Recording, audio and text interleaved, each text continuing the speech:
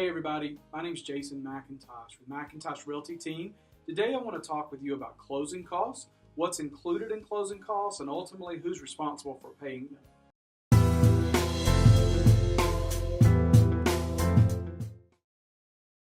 So the first thing that I think it's important to make sure that you know is that closing costs are completely negotiable between buyer and seller. So if you've ever been a seller in a real estate transaction, there's a very good chance that you've been asked at least to contribute towards the buyer's closing cost. If you've been a buyer in the past, there's a good chance that you brought some money with you to the closing transaction, wired money into the attorney.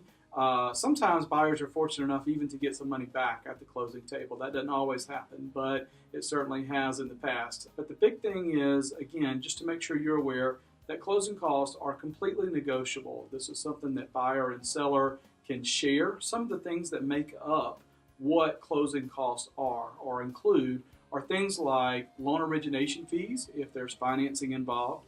They also include attorney's fees, title fees, things like tax prorations. If there are upfront payments due to an escrow account, they can include that as well. So lots of things make up what we call closing costs, which ultimately are costs that are due at a real estate transaction. Most often what we find is that the buyer will ask the seller to at least contribute towards those closing costs.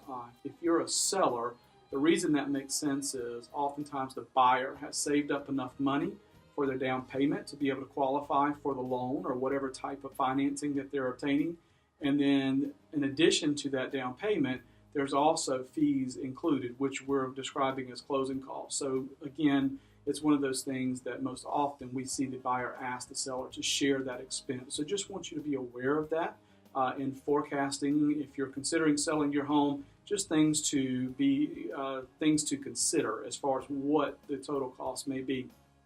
Some other things just to be aware of, obviously your real estate commissions, should you choose to use a realtor. You most likely will be asked to maybe purchase the buyer a 1-year home warranty. There are different price ranges, different price categories for these home warranties, but they're very, very popular. And again, I wouldn't be surprised if you were asked to buy one for your buyer or purchase one for your buyer. Another thing that we see oftentimes is the termite bonds. A buyer will ask the seller very often to purchase them a 1-year termite bond after closing. So again, just want to make you aware of some of the things that you may be asked when it comes time to sell your home. We would encourage you to have those conversations with your agent up front, just so you don't have any last minute surprises. If we can answer any questions for you in regards to these things, we're always happy to talk with you here at McIntosh Realty team. You can call us directly, 912-436-6551. We look forward to talking with you soon. Thanks.